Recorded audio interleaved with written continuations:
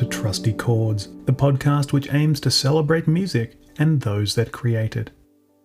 If you're on the cutting edge of music, then you would be aware that there is a band hailing from unceded Kaurna Country, that is to say, the South Australian capital of Adelaide, that is one you definitely need to know. That band is Street Legal, a group whose sound might be rooted in the romanticism of 80s sonics and nostalgia, but heavily progressive, and boasting an approach to their music which is cutting edge, forceful, and above all, a lot of fun. Having first made their recorded debut in 2020, a number of tracks have arrived in recent years, with the likes of Hair Today, Gone Tomorrow, and Modern Ruins preceding the release of their debut EP, Bruxism. Released just last month, Bruxism is a wonderful collection of tracks which showcases just what it is that makes Street Legal so special. If you're someone who wants their music to be moving, to be impactful, and to be ultimately intriguing, then Street Legal are the band for you. But if you also want something that feels familiar, and with inspiration taken from some of the musical greats, then Street Legal is the band for you. I've actually been paying attention to the Street Legal story for a few years now because I've known frontman Matthew Hayward for quite a while now, having gotten to know him thanks to his work in the Adelaide music scene back in the day.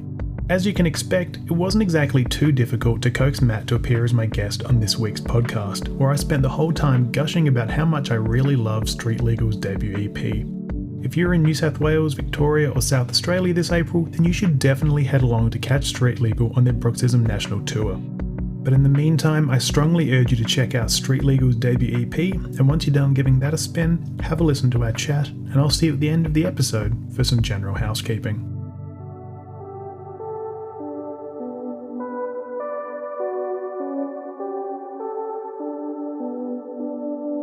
Matt Hayward, thank you very much for joining this episode of the Trusty Chords podcast.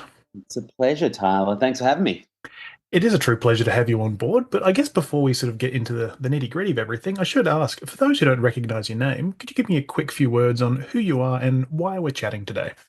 Well, my name's Matt Hayward. I'm the singer of a Adelaide Ghana band, new wave band called Street Legal, and we've just released our debut EP, Bruxism, this week. I really like it when folks like yourself are so succinct with that, because I've had a few people, I won't name names, but people can go back to the episodes and find out who they are, take about 10 minutes to explain who they are. So I like a nice little elevator pitch like that. Oh, yeah. Now, I guess, what I usually do at the start of these podcasts is I like to sort of go back in time to where a love of music first formed. So for you, Matt, do you have a recollection of your earliest memory of when music first resonated with you? Oh, my earliest memory of music. It's like probably I remember really loving a tape that my parents had, I think they'd gotten for me at some point, or maybe I must have asked for it, and it was Genesis. But it was Genesis when they reformed in the early 90s, and they did this really cheesy song called I Can't Dance. Oh, yes. And I don't know why I would have latched onto that song as a kid, because it is absolute cheese. But I remember I was pestering, I must have been pestering mum and dad. And really from there, I mean, I loved Crowded House, and I loved a lot of my parents' record collection, and sort of grew from that, really, listening to the Beatles records and whatever they had, their Australian pop and rock and roll records. So, yeah, just sort of a love out of that, really. Right. So, I mean, I'm also trying to think then, when you mentioned that Genesis song, is that the one that has that weird sound? It sounds like they're hitting the Phil Collins head with a spoon or something. Yeah, but it's like almost like a watery kind of like, Yeah. I don't even know how you would describe that. Like, I'm fairly sure I've looked it up before, and a few people have actually been really curious about what the heck it is. But I mean, I'm sure we could solve all the mysteries right now. But as someone that's an aficionado of Genesis, I probably, and going back to it, I think I never really rated. I don't know. I haven't really listened to it since. I love all the early Genesis, and I love some of that 80s really new wave stuff, obviously. But yeah, no, I never really, it sort of gets a bit of a look over. Like, I don't really focus on it as much as the other stuff. That's completely fair. I mean, it's much better to focus on the likes of Crowded House, for example. For sure. So now you're originally from Whyalla in South Australia, correct? Yeah, that's right. That's right. Yeah, born and raised. So to put it bluntly, not much going on out there, is there? Not really. I mean, Wyler it was pretty working class industrial town. It's constantly, well, it's in the news lately, obviously, because that soul industry is, struggling quite a bit. But it was a real rock and roll town. So we'd probably very rarely see much live music. There would generally be maybe one big band would come through town. Um, and it used to be like the big thing you would kind of, well, when I was younger, when I was in high school, I would sneak in. I think the first band I saw was Powderfinger. And weirdly enough, Powderfinger and Swerve Driver were supporting at the Sundowner Hotel, and I snuck in when I was about maybe 13 or 14. My next door neighbor was the bouncer at the pub. So yeah, so there would be these sort of main event kind of deals, and then yeah, you'd sort of try and figure out how you were going to get past the bouncers and see how much you could drink underage.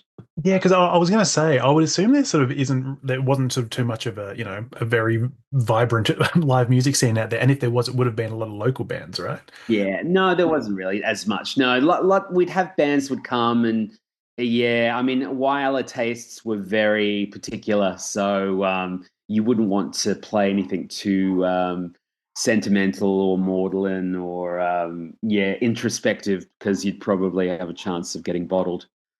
I mean, I guess how did this sort of, I guess, remoteness and everything, how did it sort of affect this desire for music and your ability to actively participate in it? Because I'm assuming if you're someone who likes music and, years down the line, you're playing in bands, Mm. were you sort of like starved for a chance to really sort of get out there and, create or just, find music to listen to?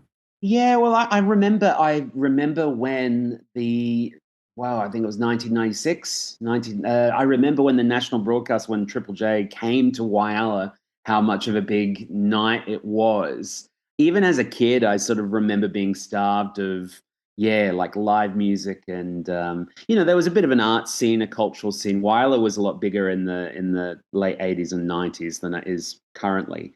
But yeah, I mean, I remember being desperate for it, so much so that I ended up getting my start really pestering the radio director at the community radio 5 to see if I could get a slot in there. And yeah, meeting other like-minded people through that who, had the same passions and weird niche musical genres and yeah, just end up getting my own radio show and then like actually getting involved in playing music with other people and sort of going from there. And I guess when you reach a certain point, when you hit, the end of high school, you've got to make that, you either take that big leap to the capital city and move up and further your study and do that, or you sort of stay. And yeah, I decided to make the leap with some people, with some friends, and played in lots of bands all through uni and yeah, up until this point. That's actually a really nice segue because my next question was, how did you sort of like actually start playing music? And that's actually a pretty good answer. So I guess I should sort of ask, what's the general chronological history of bands for you? Like, what was your first band? Well, I was in a band called Central Delhi Band. Oh, we'll definitely be touching on them, don't you worry. I thought you might, Tyler. I know you're well versed in the history of Adelaide music and all odd rock bands. I was in a band called Central Delhi Band, which was a Ween-esque style, very odd amalgamation of pop and sample based electronica, a little bit of hip hop. It was very what's the best way to describe it? It was very kitchen sink kind of sampling back in those days. So very much influenced by like the Avalanches, but also Ween. And then there were some proggy moments in there as well. So we basically loved everything that our radio director hated. So we came out of 5 Triple Y, and he would get the CDs, like the mail outs from AMRAP. I think it was still called AMRAP then, and he'd go, "Oh, this is great. This is shit," and then chuck it, and then we'd have a look at it and be like, "Oh, this is weird. This is interesting." And yeah, from there, sort of ended up forming a group and playing shows in Adelaide, and yeah, like getting supports and touring and did lots of shows. We went on tour with the Greats and with Faker, and we played shows with like Girling and the Avalanches and Dunyan and Midnight Juggernauts. There's a whole list of bands as well, names that have sort of been lost to the sands of time. But yeah, from there, yeah, that was my start, I guess, as a musician, and it was pretty out there. I don't know if it was so much music as it was performance art, but yeah, it definitely got people talking at the time. Because I think recently it was what the 20th anniversary of you guys playing the 2005 Big Day Out. Yeah, yeah. And then I guess like yeah, so if you tour with the Greats, it would have been like the year or so later. And I because I think I was also hearing that there was a failed great support slot in Melbourne at the Forum, which never actually eventuated as well. Yeah, well, it was a funny old situation. It was like a comedy of errors where we had planned this tour. I think from memory, I'd been quite sick, and then this opportunity had come up, and we'd said yes to it, not really understanding the logistical effort it takes to tour a band. And we just thought, we'll give it a go. Anyway, it was a complete comedy of errors. We drove all day. We had some shows booked as well, but we got to the Forum and we'd been bumped because they were filming a DVD of Just the casually, show. you know. Yeah, which we're credited in the DVD and thanked on the night, which is quite funny. But yeah, no, that was our big moment was kind of watching side of stage at the Forum. And then we played the night after in the SB. I think we might have played with the Basics or somebody. But yeah, no, it was a funny time. Funny time. Very very volatile, but very funny. Because I recently heard about the story about the failed Forum show. Funnily enough, just before I played the Forum last year with my band, and I heard it from your former bandmate Luke. Oh, is that right? He was basically saying to me, "Oh, this all could have been mine," because I think I've only ever seen you perform once, and that would have been probably what is the very last Central Delhi Band show back in Adelaide, supporting Damien Cowell's Disco Machine. Oh So goodness. that Okay. was a much later period. So I think by that point you probably would have calmed down a little bit, right? You would have thought so. I mean, we had a really good. We almost it became a bit of a running joke that every show that we played after we broke up was a reunion, an ill-fated reunion show, and we did a series of shows. We played some really good ones. We supported Jello Biafra from Dead Kennedys, which was actually a show I walked away from and was quite impressed by how good we sounded, but then followed it up with some absolute stinkers with the Stiffies, and also I don't know if the Damien Cow one was our greatest moment, but it was certainly interesting, that's for sure. At least we didn't kill each other on stage. Well, I mean, I was going to say I don't think there's been any Central Delhi Band shows since. So I mean, no further faux reunions, I'm guessing.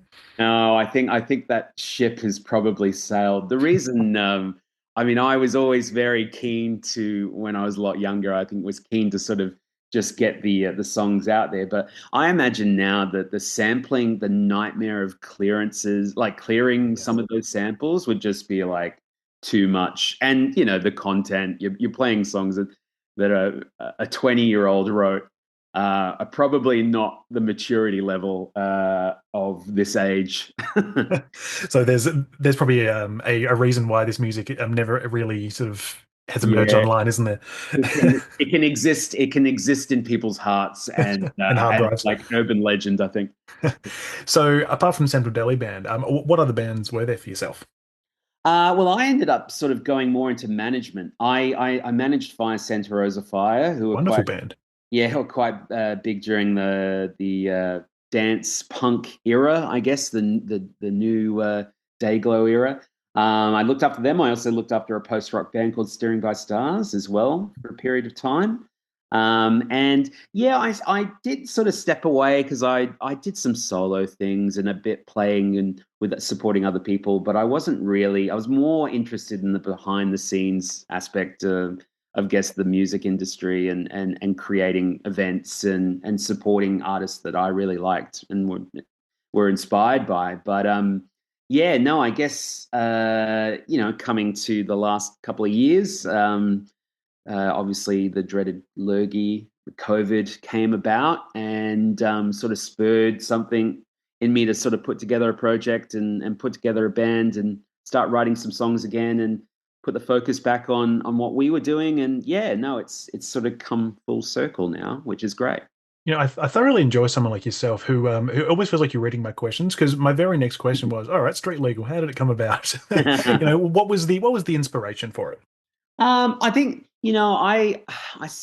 like everybody, I think that lots of people sort of coped with COVID in different ways. And I always had a batch of songs that I really had like an idea where I wanted to sort of look at the nostalgia and the sentimentality of like music that I loved, which is, new wave music and power pop and songs from the 80s, dance music from the 80s. And I'm sort of talking more like B-52s and Devo and a lot of Australian music as well, like Icehouse and The Reels, Split Ends, who I will talk copiously about to anybody who asks. But, that sort of music, I wanted to have a project that was very similar to that because that's the music that I love, but also had like the immediacy of like current day punk and rock sort of music. So the first half of COVID was great because I wrote like crazily and had lots of time and then it got to the stage where it's like, okay, is this thing ever going to be over? Because we were practicing and it was a great opportunity to sort of spend those months practicing, but we really wanted to get out the gates and start playing some shows. So yeah, so that was sort of how we started. We were all in different bands and yeah, we all sort of met when you had to stand how many meters away from each other and converse and yeah, that's how it sort of came about really from there. And I guess I should also ask, so for those who aren't aware, who are the other members of Street Legal, and what other bands had they been in? Yeah, so the other members of Street Legal, so there's Max Tilashevsky, he is the drummer, and he is also in a band called Superdose Gangway, a emo pop group. He is probably regarded as Adelaide's best drummer. I've heard that from other people, other sources. I think he's incredible. Um, Libby Verrill is our guitarist, and she also performs in the Veins. It's sort of like a femme rock kind of Runaways style group.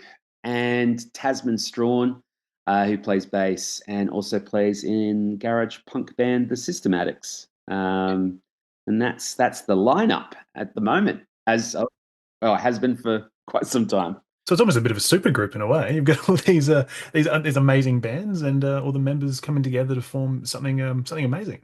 Yeah, yeah. I mean, everyone brings their own strengths and talents, and yeah, no, they're all, and it's quite an eclectic mix of influences as well. Yeah, and I think everyone sort of brings it together, and yeah, adds their shine to the songs.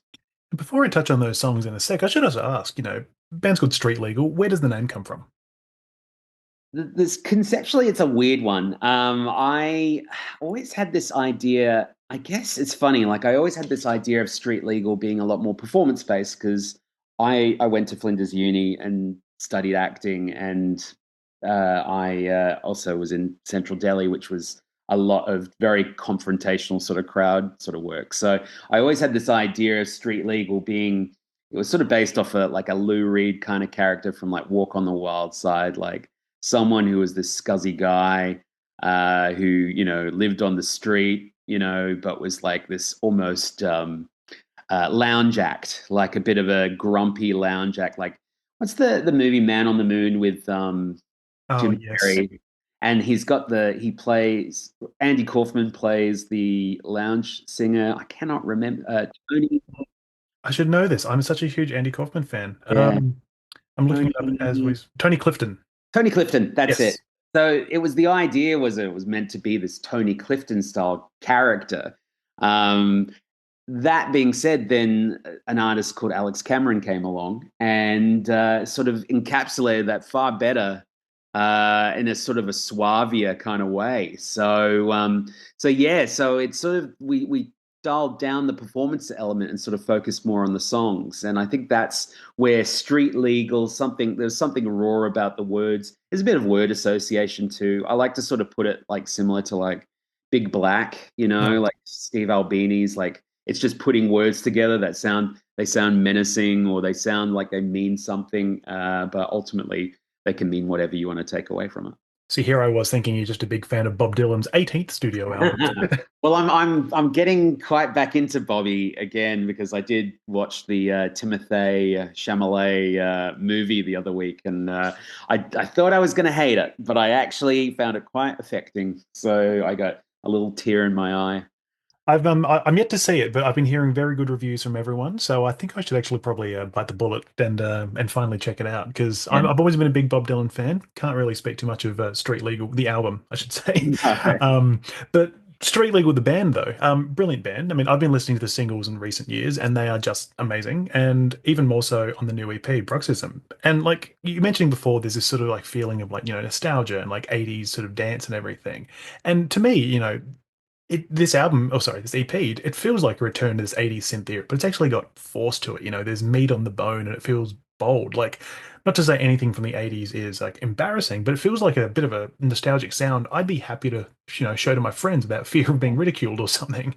So that's a very roundabout way of me saying I'm really loving what you guys have done on this EP. It's a brilliant EP. Thank you so much. It's really, I really really appreciate that. It's hard because I think when you are talking about something like the era or the decade of the 1980s, you dance around it a little bit because you don't want people to assume, rightly or wrongly, that it's sort of stuck in novelty. Because I feel like you think of one hit wonders, you think of I don't know, the safety dance, or you think of just sort of cheesy pop from that era. But the 1980s and particularly Australian music in the 1980s was really a force to be reckoned with. And I feel like because Australia, we have this tall poppy syndrome where we don't really respect our own history in terms of that. Well, maybe we do in some parts, but yeah, I feel like we really undersell how great Australian music was during that era. Oh, absolutely. I mean, admittedly, when I was listening to it, like specifically, the song "No Gods, No Masters, No Doorless, No Bouncers" doesn't really roll off the tongue, but brilliant song. When I was listening to that one, like in a way, it was sort of reminding me of that early era Nine Inch Nails, even, or even bands Okay. like Ministry. Except, I'm not terrified watching you in Bonython Park at Soundwave. So, like, I mean, apart from sort of like the Australian sort of vibe, or even like Split Ends, for example, but they're pretty much Australian. Were there any sort of, I guess, these international acts that were sort of influencing the sound at all? Because I feel as though the more the 80s sort of synth era that had a lot more traction and more global appeal were the international ones. You didn't really see too many Australian ones getting that widespread acclaim. No, that's right. I think, well, definitely. I mean, it'd be silly if I didn't say that there wasn't a new order influence running through No Gods, No Masters at all, or even Soft Cell, Bronski Beat. I mean, I feel like I love. It's almost like being like you're pilfering from different sources and kind of creating something new. I really, yeah, I mean, I love that era of music, and it's the post-punk era that sort of it's just coming out of punk, and there's lots of like a lot of experimenting, and electronic music is really sort of just on the horizon. Yeah, that was a real inspiration when we were sort of writing the songs and putting them together. It is also fitting you mentioned this sort of pilfering of different sounds because, like you mentioned, how Central Delhi Band were very sample heavy, and that's obviously a lot of pilfering sounds there.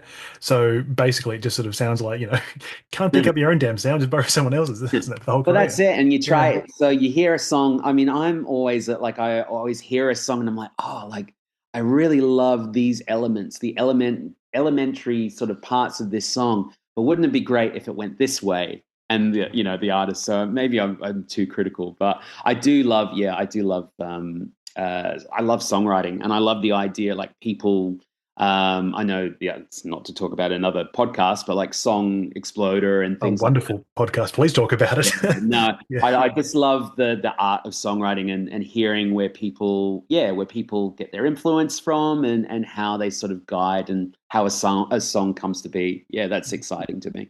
Because I was also thinking as well, just how like like 20 years ago, back when like the 80s was sort of like hip again, like start of the 2000s, and everyone's sort of recycling a bit of their sound. I remember how there were bands like very short-lived bands.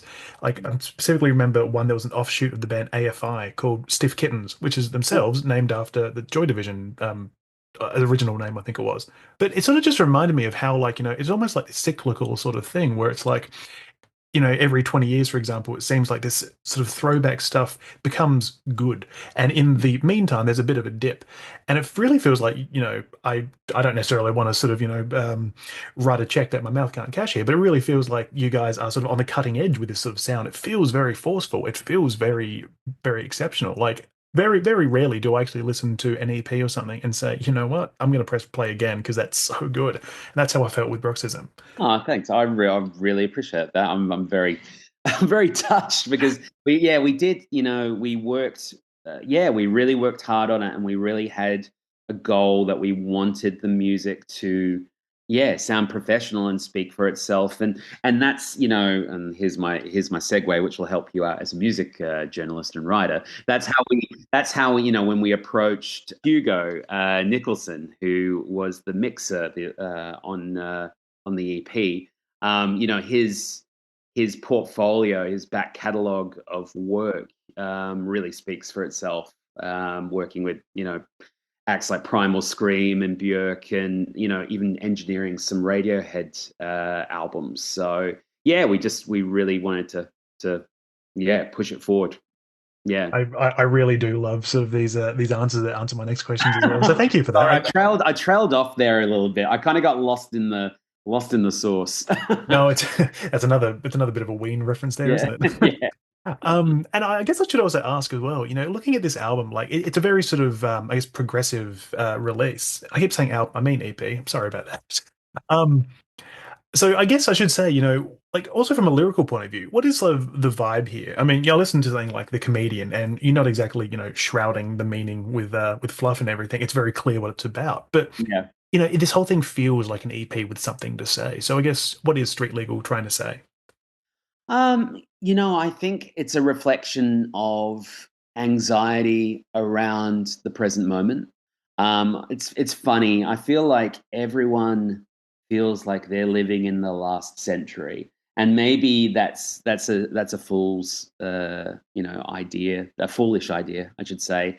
It's this concern about what's happening with climate change and with gender politics and with I don't know, like cancel culture and the idea of woke, it's this catchword that's used by the right wing to, say that the left is suppressing people and so forth, and it just becomes bogged down. And I always assumed that, it was about common decency and respect. And I don't know.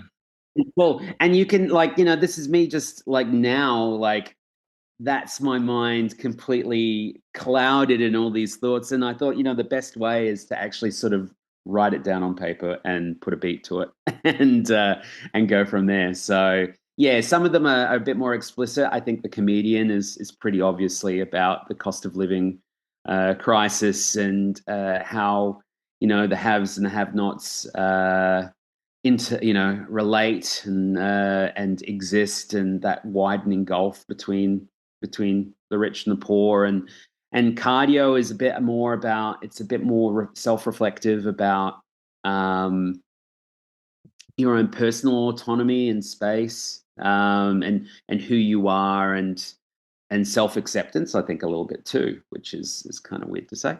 Yeah. I should say, this EP, it is only 4 tracks, so it's a nice taster. But are there Yes. plans for an album down the line? Yes. I think it's one of those things though where it's economically at the moment for independent artists, it's so tough, and I hate.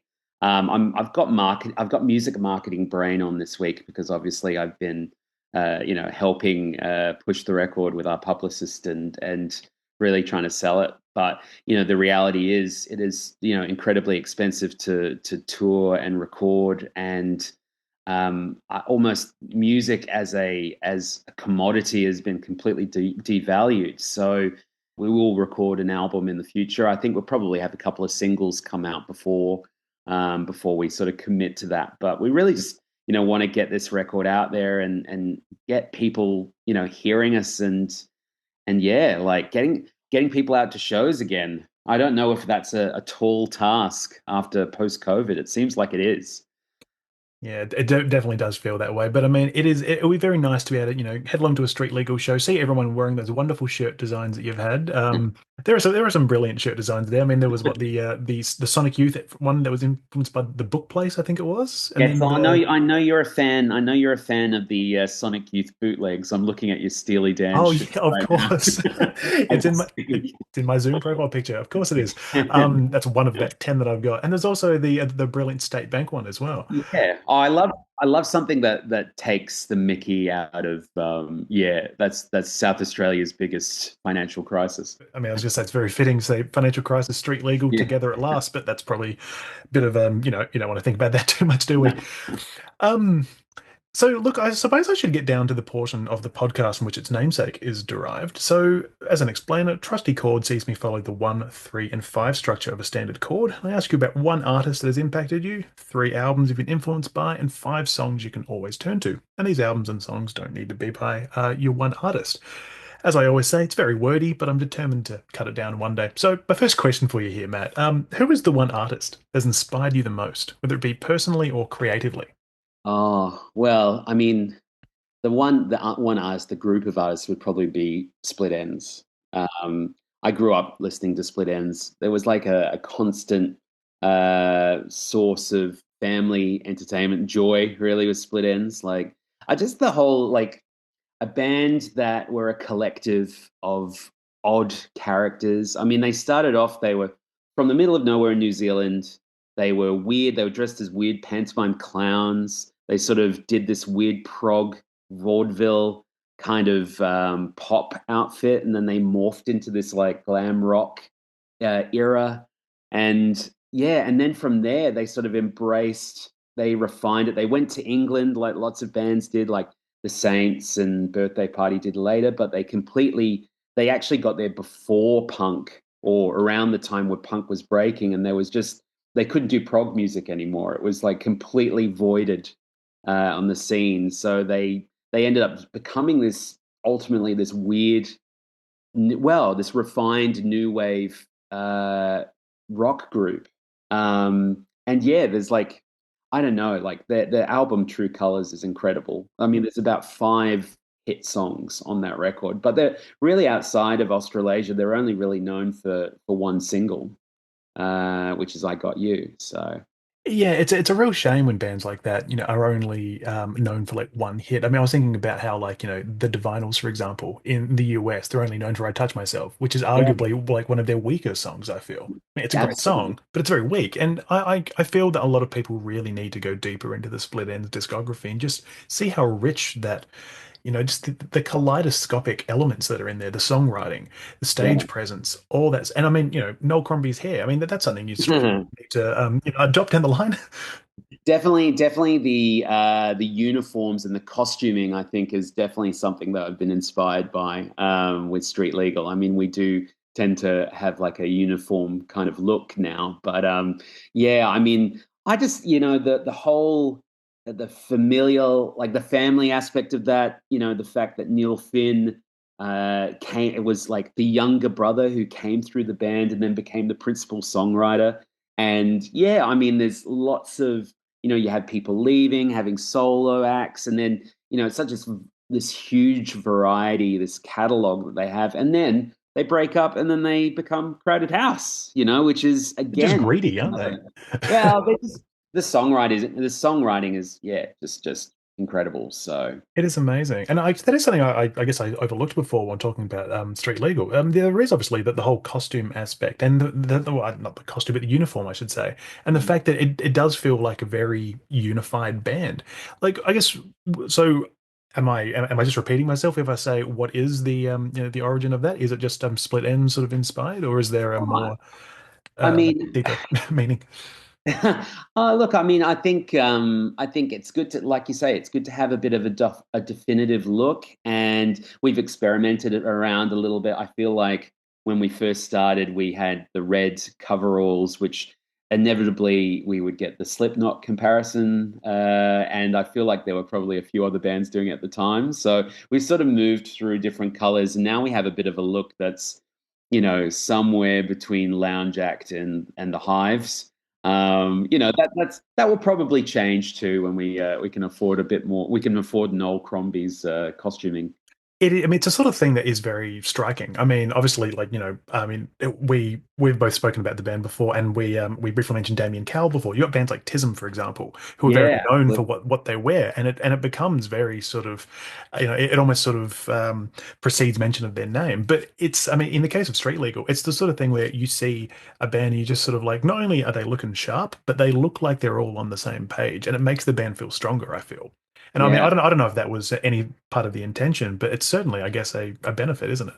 I think it was, it was part of a. I guess it was an intention, but it's sort of, yeah. I don't know how to answer that question. It was more. It just sort of happened, really. We just ended up having a unified sort of look. I mean, I think I was always very conscious of the fact that I formed the program. I formed the group, and I didn't want it to be like a solo project of mine. I wanted it to be a band project, and I really wanted to get that across. With some success and failure, but yeah, I mean that's probably where I come from. It. I mean, in terms of, I mean, we used to follow around Tism. You know these stories quite well, so Oh I'm yes. I'm sure you've heard about the early 2000s, and we used to come over on the State Liner bus and go and see Tism shows all the time. So yeah, it's just one of those things. It's probably imprinted on me somewhere. Yeah, it is very hard to sort of like once you see something like that to forget it or like at least sort of forget the influence that might have just been imprinted upon you. Yeah, absolutely, absolutely. So my next question for you here, Matt, what are the three albums that have impacted you the most? This could just be albums you're always throwing on or something that was a bit more integral to your musical evolution. Well, I think I mentioned True Colors probably being the new wave masterpiece would definitely be on my. Is it wrong to say Desert Island Discs? I feel like I'm referencing again other podcasts. Honestly, feel free. The amount of Okay. times that I've listened to this and thought this is a little bit like Zan Rose Take Five, so I get worried sometimes.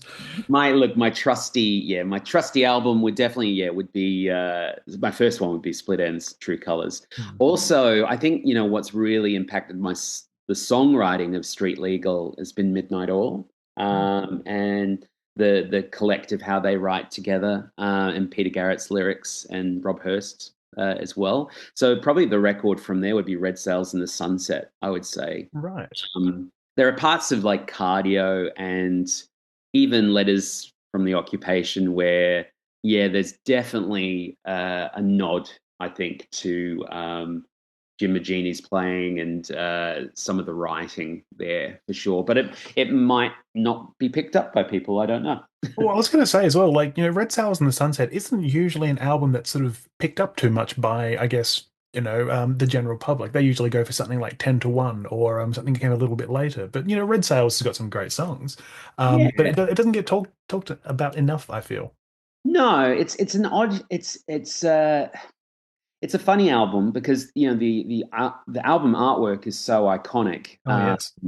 It was a Japanese artist from memory, but I cannot remember his name to save my life. But I feel like at that time it's so linked to the history of the band, but Australian politics and the conservation movement, the green politics movement as well in Australia. That yeah, it's I just love things that have a sense of heft and importance and weight, of that era and of that time. And I think some of those songs are, as relevant today.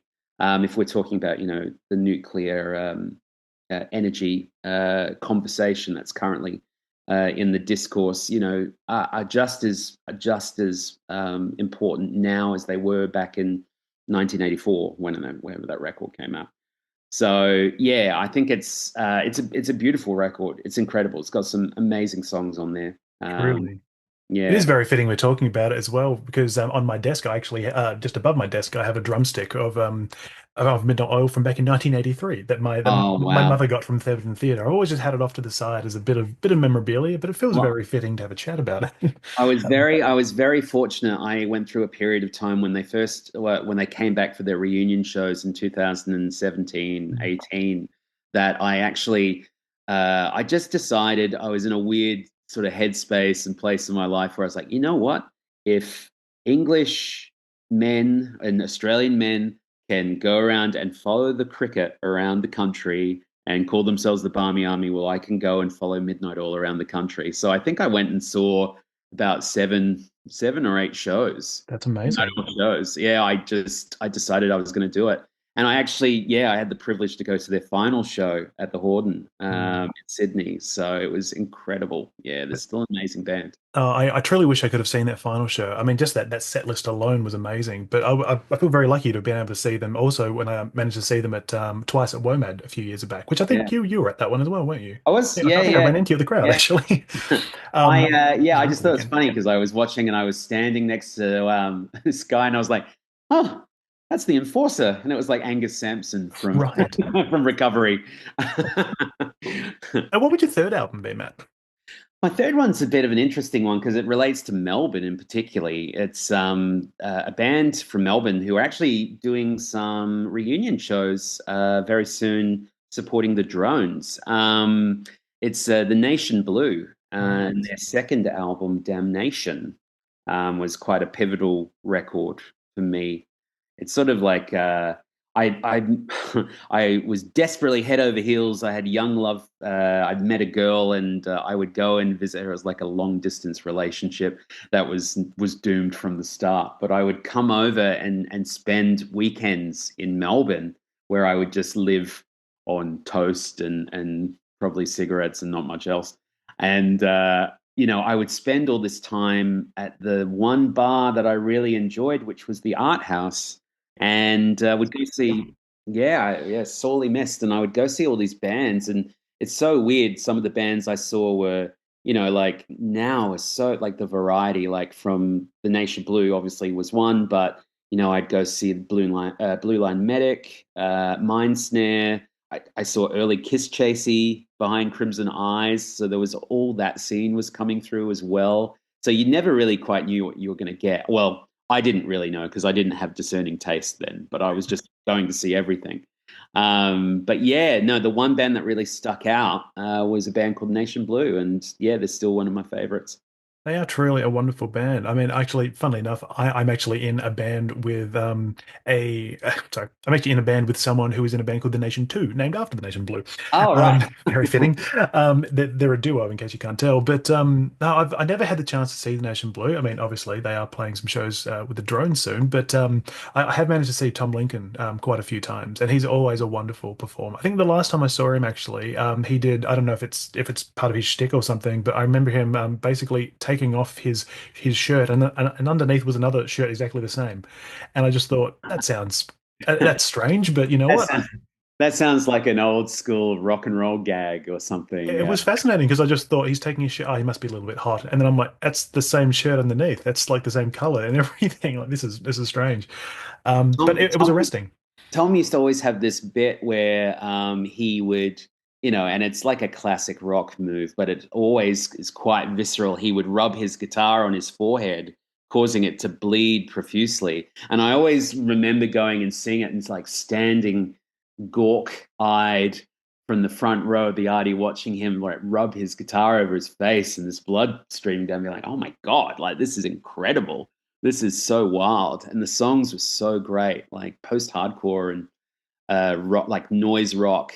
And I guess that he was a Tasmanian export too. So like a lot of those bands like Sea Scouts and Mouth, and he sort of grew up playing with those groups. So yeah, I mean the music sort of reflected that era. It was really cool.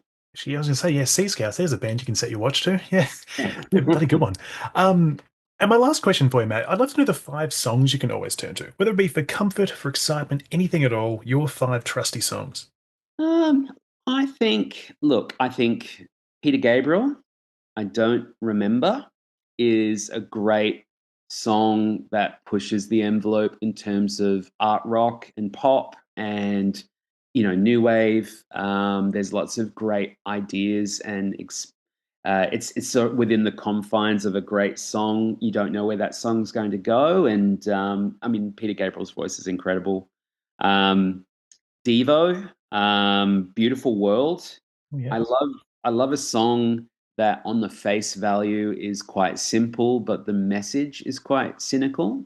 It's a beautiful world we live in for you, but not for me. Mm. And I guess they have a link, a political link as well, because they were sort of formed during the as an aftermath of like the Kent State shooting and like civil rights movement on American campuses. So they were like de-evolution. It's like concept about humanity and where we're heading. Are we evolving? Are we devolving? Mm. Um, yeah, so there's a couple ones. Should I elaborate more, or I feel like should I race through them? I feel No, you can do it however you like. But actually, I just want to say on that Beautiful World song though, I do remember there was a wonderful cover of it by Rage Against the Machine, and yeah. I feel like that's a song where the meaning of it definitely takes a different. Oh, sorry. The meaning behind it takes on a different sort of point of view depending on who performs it. Because obviously, you've got Rage Against the Machine, very political, and you're looking at it in a whole new light, and there's a lot more anger in it as well. And it just goes to show how, I guess, what's the word I'm looking for?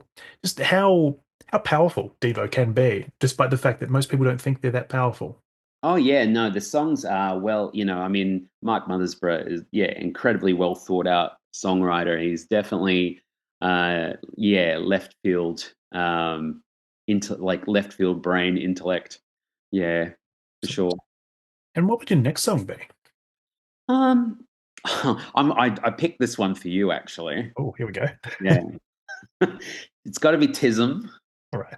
because I know you're somewhat of a fan, aren't you? Yeah, I mean, they're not bad. It would have to be Give Up for Australia. Oh, wonderful. Yeah. Um, has one of my like the best lines in a song ever. Do as history teaches, die on Middle Eastern beaches. Yes, actually, funnily enough, so I should say for those listening, so we aren't doing this as a video call, but if we were, you'd actually see a poster from that album behind me, actually. Uh, And because I've spent much of the last year writing a book on that album, and so I've dissected that song from its from the tip to toe sort of thing. But it's such a brilliant song. I love how It's so much energy. I love how it skewers the idea of Australians, like patriotism and the Australian, the lucky country, the idea of the Australian ideal as being, these proud Anzacs who are really just, cannon fodder and things like that. But also, we something about I can't remember the line about Norman. We've created Norman Mailer. It's talking about being second rate. It's talking about being, like wanting, to be a winner, but being a bit of a loser. It's just Yeah. something quintessentially Australian, but it definitely skewers that idea about, about the Australian identity, I guess. Yeah, just the idea of what we produce a Norman May, not a Norman Mailer, That's because it. they're much more talking about wanting to be successful at sports rather than something a bit more culturally relevant or anything. Yes. And Yes. I always found it really like fascinating. Like I obviously never got the chance to see the band in that era, but Mm. if you see any sort of live footage of performances there, you sort of see them like mock shooting like a stuffed kangaroo, and it's Yeah. just sort of like showing how they're just sort of like I guess there are so many people who are Tism fans who are probably just going to say the hell are you on about, but they're sort of just deconstructing that idea of the Australian national icon and something like that, and just sort of like completely taking it down, which is very fitting for a song like this. Well, they will say point blank that tism a shit. So Mm. you don't have to listen. So it's just their opinion, right? Of, of course. No, yeah, it is a brilliant song. Although for anyone who might listen to it on Spotify, you will have to deal with like a few minutes or a minute of silence at the end of it before an interesting hidden track. But it's it's worth the price of admission, I say. And what would your fourth song be, Matt? My fourth song would be I really debated about whether I would go the straight down the line and say Ice House, but I'm actually not going to. I'm actually going to say an artist called Klaus Nomi. Oh, okay. Klaus Nomi had a song called The Cold Song, which he was a new wave artist originally from Germany, and probably most famously is known as a backup singer for David Bowie during his, I think it was the Scary Monsters era. I'm not entirely sure, but he had quite a unique look. Was this very expressionist German black and white austere kind of look, almost like a clown, I guess. Mm. But he had a song called The Cold Song, and he had this beautiful, like operatic voice, sort of set to very glacial, sort of new wavy, icy synths. But it was based on this 17th century aria from, I think it was from King. Oh, it wasn't from King Lear. It was from a play, from an King aria. Arthur. King Arthur. That's Yeah, it. one of Beautiful. them. But it's such an affecting song, and it's so melancholy, and it's a song that when you know the context about the singer and what he was going through, he there's a really good documentary called The Nomi Song, which is about his rise to fame and coming from New York and how he eventually his death from AIDS from because it's during the AIDS uh, uh, virus when it was out of control in America. It's just this knowing like that you're mortal. It's about mortality, I guess, and about knowing that the end is near. And but he's singing this very affecting song. So there you go. I'm very serious. I'm very melancholic. No, I mean, yeah, Klaus Nomi is certainly one of those artists who I'll admit I've only listened to one or two of his songs in the past, but I think I would have gotten into him because of David Bowie, obviously, because Mm, like you see him sort of performing. I think he was on David Bowie's Saturday Night Live appearance and things like that, and it's mm. just sort of like sure David Bowie's up there, but you're looking at Klaus, Yes, that's yeah, where you're going. I mean, he looks like he should be a stereotypical member of Kraftwerk almost. He just yeah. has that really German sort of austere look about him, but.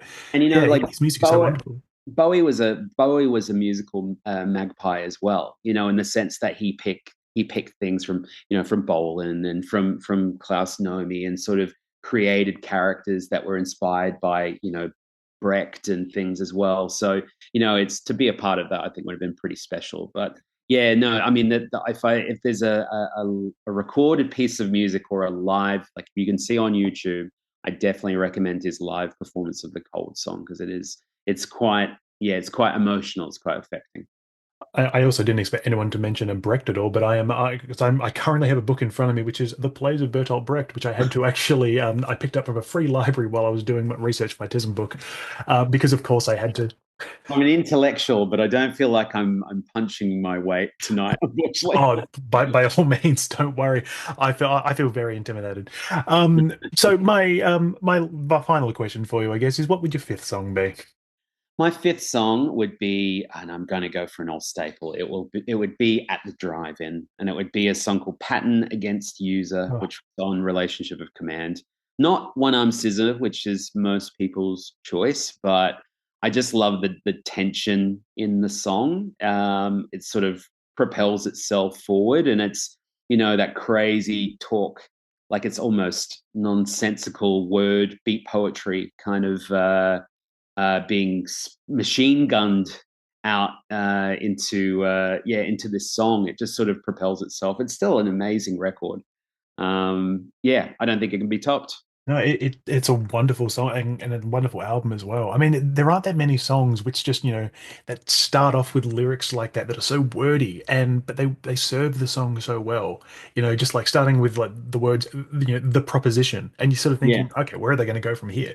It's like I'm listening, where are you going to go? And it just goes on to this like wonderful imagery. I mean, I say wonderful, but they're talking from places of anger a lot of the time yeah. with their lyrics as I well. love songs that have obtuse lyrics that often you need to explore. But yeah, I mean, you're right. The passion and the anger is there, and whatever the vein they were mining at the time. I know, that a lot of their songs are sort of about a particular experience, being Mexican and Cuban Americans, and how that relates to their place in the world. So yeah, no, it's incredible record. One of the greatest joys of playing with Street Legal has been supporting Sparta, which I think obviously has been regarded as a bit more of a mainstream split, in terms of Jim Ward splitting from Cedric and Omar. But I mean, to play with someone like that, and the songwriting and the performance is just incredible. So yeah, we're very honored to be able to play with them. Truly, no, honestly, I was very stoked for you when I saw that announcement. You supporting Sparta, so yeah, very very proud of everything Street Legal is up to, mate. Thanks, Tal. Cheers, mate. I guess I should say, Matt Hayward, I want to say thank you so very much for your time today, and also for being part of the Trusty Chords podcast. No, thank you for having me. I really appreciate it. And yeah, I am a big fan of the podcast, so I can't wait to hear more. Thank you for listening to Trusty Chords. If you listened to this episode and enjoyed it, I would really appreciate it if you were able to take a few moments to like, follow, share, and review this podcast on your preferred platform of choice. As always, there's no obligation to do so, but I am forever grateful if you do. As always, I'm over on Instagram and Facebook at Trusty Chords Podcast, all one word, and I've also got a blog on my website, which is tylerjenke.com, that's tylerjenke/Trusty Chords Podcast, all one word. You know by now what you can find on that site, but you can also find a link to the Buy Me a Coffee platform where you can throw me a few dollars to keep this podcast running, but only if you feel so inclined. Lastly, I need to thank Matt Hayward for spending time with me this week for the podcast. It was a true pleasure to chat with someone such as yourself. But once again, thank you kindly for listening, and I hope to see you all again next week as I continue to celebrate music and those that create it.